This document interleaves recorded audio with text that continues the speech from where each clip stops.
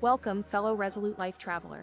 You've just stepped into another chapter of the Resolute Life, and whether it's your first time or your 50th, we're grateful to walk this path with you. For those joining us for the first time, this could be the spark that leads you to a life of fulfillment, achievement, deep connectedness, and unshakable resilience. And to those who've been listening to our podcasts, watching our videos, or following along on our blog and social media, thank you. We hope our words have nourished your soul and sharpened your purpose. If this message touches something true within you, don't keep it to yourself. Share the light, extend the invitation, because the Resolute Life was never meant to be walked alone. Today's message is built on the foundation of the book, The Daily Life of Resolute Beings, Live with Intent, available through Amazon, Barnes & Noble, and on our website. Your copy could be the start of your transformation. And before we dive in, make sure you're subscribed so that each new video reaches you the moment it's released. Today we are going to talk about our unconscious mind. For millennia, humans have believed that parts of our being are made up of unknown mystical elements. In the early 20th century, with the birth of the scientific discipline of psychology, exploration of the mind indicated that there are mechanisms of our cognition that are not fully conscious to us all the time. For example, Sigmund Freud's theory of psychoanalysis divides the mind into three parts. The first is the conscious mind. This part of the mind represents everything that we are aware of at any given moment, such as our thoughts, perceptions, and feelings. Then we have the preconscious mind. All thoughts and feelings that we are not currently aware of, but can easily bring to consciousness forms part of the preconscious mind. This part of the mind acts as a buffer between the conscious and unconscious parts of the mind. Lastly, we find the unconscious mind. This part of our mind represents the repository of feelings, thoughts, memories, and urges that are repressed because they are unacceptable or unpleasant. Nonetheless, they exert significant influence on our experience, personality, and actions. A few years later, Carl Jung developed a distinct theory of the unconscious that both builds upon and diverged from Freud's concepts. He also believed the psyche is made up of three parts. In the first place, Jung also believed in the conscious mind. Similar to Freud's concept, the conscious mind represents everything that we are aware of at any given moment. Then, according to Jung, we have the personal unconscious. This is somewhat similar to Freud's unconscious, but Jung believed that the contents of the unconscious are not solely negative, but include a wider range of experiences. The last aspect of Jung's theory is the collective unconscious. This represents Jung's most original and controversial contribution. He proposed that beyond the personal unconscious lies a deeper level of the unconscious, shared among all human beings. New modern psychological approaches, which includes findings in cognitive psychology, social psychology, and neuroscience, expanded our contemporary understanding of the hidden dimensions of the human mind. Firstly, neuroimaging techniques such as functional MRI have identified that the amygdala is associated with unconscious emotional responses, which refer to the unconscious mind, while the basal ganglia are involved in procedural memory and habits, which is our conscious mind. In addition, studies in cognitive psychology identified unconscious implicit memory processes, which include skills and conditioned responses, and conscious explicit memory processes, which involves the deliberate recall of facts and events. Lastly, several findings over decades of social psychology has proven that unconscious bias can influence social interactions and decision-making. All these scientific studies confirm what humans have believed for millennia, that we are born with an unconscious ability to connect with ourselves and the world around us, an ability that supersedes our perception. This unconscious awareness relates back to the energy that precedes the existence of humans, namely, intent. This mystic energy that spans over space and time, which flows all around us and within, is why we developed this supernatural, unconscious ability to gain awareness of elements that escapes the grasp of perception.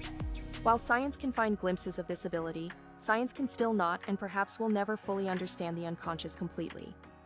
This is because intent and its related elements, such as the unconscious, falls outside the scope of perception, outside the realm of scientific inquiry. The only way we can truly understand the unconscious is to embrace the fact that some aspects of our existence originate from dimensions that can only be accessed via awareness. To understand life, we can never reject science, since large parts of our existence fall under dimensions that can be analyzed via perception.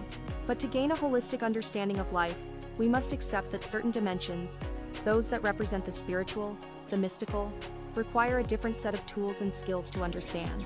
Similar to any other human ability, ignorance of this capacity can lead to negative outcomes. Ignorance of the way our body works could lead us to unhealthy physical habits, causing several different illnesses such as diabetes and cardiovascular conditions. Ignorance of the way social interactions work could lead to a lifetime of failed relationships and social isolation. And so, ignorance of the way our unconscious works can lead to incongruence between the various aspects of our being, causing various psychological disorders, disruption of the flow of energy in our life, and ultimately an existence of discontent, discord, and disappointment. Naturally, depending on the maturity of our awareness, everyone's conscious and unconscious diverge to some degree. Firstly, since the unconscious is a powerful tool that helps us deal with pain and trauma, the level of past trauma will have an effect on the congruence between our conscious and unconscious. The more intense the trauma, the more divergent our conscious and unconscious. Secondly, our progress towards self-congruence, as discussed in previous videos, also affects the congruence between our conscious and unconscious. As we have seen in our discussion of self-congruence, when we do not work towards congruence, our self pulls itself apart. Incongruence can lead to an internal angst, a persistent feeling that something is missing from your life. It can lead to an unhealthy association with resources, either leading a laissez-faire life where resources are squandered, or a materialistic obsession where what you have, or not have, becomes a controlling factor in your life. Lastly, incongruence can lead to difficulty connecting with others and maintaining healthy interpersonal relationships. In the end, the more divergence between our conscious and unconscious, the more challenging our existence. The daily life of resolute beings is about accepting all the different aspects of our existence as equally important, and promoting congruence between the various aspects of the self, including the conscious and the unconscious. Jung calls this the process of individuation, which is the journey towards self-actualization and integration of the unconscious into the conscious mind. The resolute life calls this self-congruence, facilitated by our expanded awareness of intent. To live a resolute life, you must work towards congruence. Congruence of awareness and perception, congruence of our past, present, and future, congruence of our different selves, and congruence of your conscious and unconscious. Therefore, while our unconscious is a very important aspect of our being, it does not represent our true self, as traditional psychoanalysts want us to believe. The unconscious is not who we really are, it is part of who we are, a part as important as the other aspects of our existence. But since we depend so much on perception to learn about our world, the unconscious aspects of our existence have been neglected, and require particular attention when we are older. We can expand awareness about ourselves and the world when we learn to notice the messages from our unconscious.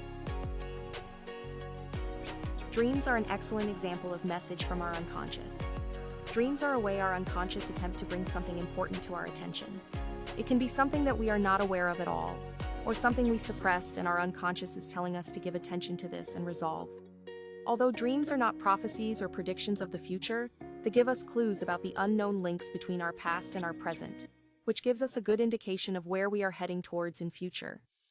Another way our unconscious tries to talk to us is when we experience episodes of contradictory behavior. These episodes represent incongruencies between our conscious and unconscious that can give us clues around where these incongruencies still exist. Take notes of moments where what you say diverge from what you do, like when you verbally maintain you value friendships, but you continuously arrive late for meetings with your friends.